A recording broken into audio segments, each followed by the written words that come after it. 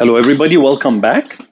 Today we're going to make something very quick and simple, very fast and easy, and something very popular. Diner gravy, simple diner gravy. But we're going to make it at home. So we're going to substitute our stock for a chicken cube and a beef cube. I've just shredded some mixed. This is half and half old cheddar and mozzarella cheese, and some garlic powder, some paprika, and some black pepper. I'm not going to use salt because I'm using this. And of course, we need butter, and I'm going to just go ahead and start with the butter. I have 2 tablespoons of butter in there. I'm going to melt the butter. And what we're doing now is we're making what's called a roux. And a roux is basically fat and flour. It's either butter or oil, but butter always tastes better. A lot of people use olive oil, but I like the butter more. And I'm going to put 2 tablespoons of flour in my melting butter. And I want to just start it to brown a little bit.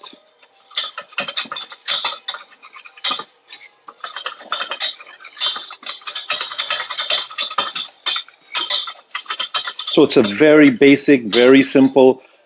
Diner gravy is the simplest, easiest thing to make. Usually what they do is they boil bones and meat and onions and celery and then strain them and use that as a stock.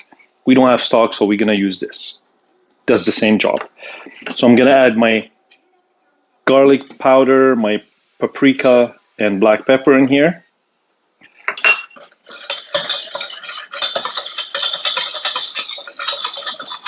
And mix it all in. I just want to warm up the butter and the flour, the roux. So now I have a flavored roux.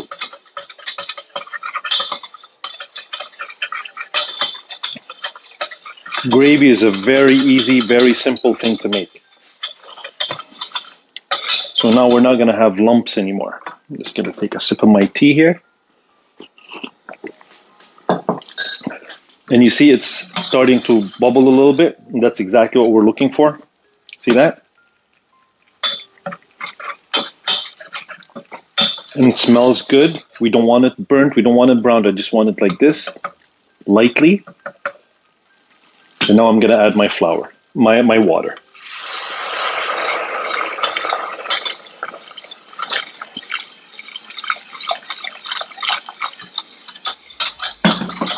And what I'm going to do with this, I may need to add a little bit more water first, but first I have to see how much this much roux thickens it.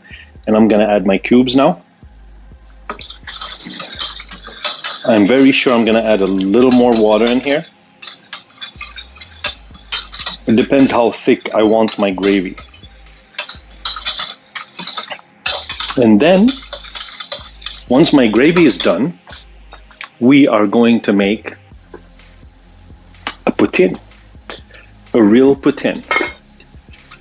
I already cleaned my fries. I left the skin on. I've cut them. Now I'm going to put them in my hot oil. You can see oil is already hot. I have to drop them slowly. I don't want them to overflow.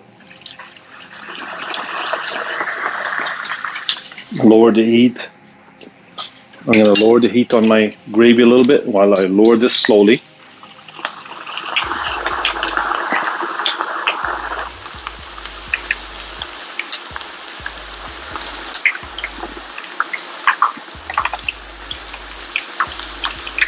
And you be careful, don't burn your hand from the steam.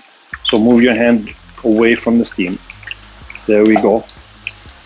Slowly, slowly, slowly. Now it's safe to let it go. It's not going to overflow anymore. And I think I can lower my heat a drop. So, and you can see my gravy here.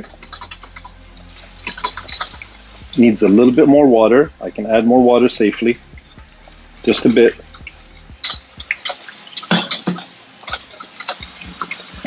And that's enough. And now just let it simmer on very low heat. And let me see.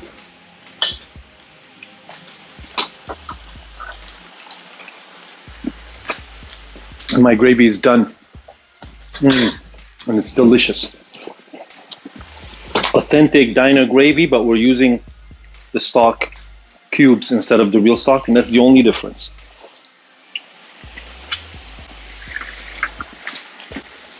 When the fries are done, we'll come back and we'll put together a real poutine house poutine, original one from Quebec. Our fries are done. So I'm gonna strain them like so. Now the secret of a good poutine is very hot fries and very hot gravy. You have to take the gravy right from here, right over to the cheese. I'm gonna show you now. So I am going to put my fries over here and start assembling my poutine. There, like so. And you see my gravy, look at the consistency now. That's a perfect gravy. And it's been simmering the whole time. Now, one more thing I should add. If you want to turn this into a red-eye gravy, which is, red-eye gravy is, I'm gonna turn off the fire over the oil here. The red-eye gravy is a gravy that diners use a lot. What that means is they add a shot of very strong coffee, and it helps people stay awake, usually people who are up late and stuff like that, and it's become quite popular. So, but as you can see, it is so easy and simple to make real authentic gravy. I'm just gonna go ahead, put some fries there. My cheese mixture, which is shredded fine. I shredded it in the machine. Look at this. Put as much cheese as you want. See that? We're making a real, authentic poutine house poutine here. And we are going to take our gravy and just pour it over. It has to be hot. So it has to be on the fire. You cannot take this gravy into a gravy bowl and pour it over the table, or it has to be right off the fire. And what I'm gonna do, this is a little extra here. I'm gonna put another layer of poutine. And this poutine is going to be heavenly. Now, if you have some green chives or some herbs that you'd like to put on there on top of this, or bacon, or whatever it is that you like, you can go ahead and put it on top of this. But we are making a decadent, beautiful, rich, delicious, homemade poutine that is satisfying in every way possible. And I know I am going to enjoy this a lot. Now, I don't eat this every day because, you're not supposed to eat this every day. However, it's a good thing to indulge every now and then. There we go. Just right, just enough. Now, I am being very generous here. But believe me, it's worth it. Look at this. A real, authentic poutine house poutine. See that? Look at this. It's too hot for me to eat right now, but I'm gonna go ahead. I can't resist, you know me.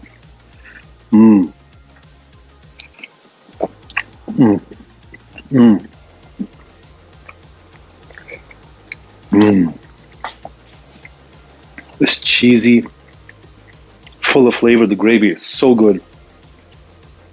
The seasoning is spot on. And it's just satisfying. It's just delicious. Perfect poutine. Please do give this a try. It's very easy. You saw how easy it is. Simple and fast. Give it a try. Do like, subscribe, and share our videos. And until next time, I'm going to sit and enjoy this with someone. My wife, of course, obviously. Every time I say someone, that's what I mean. And yeah, that's it. See you soon. Stay safe and healthy. Bye for now.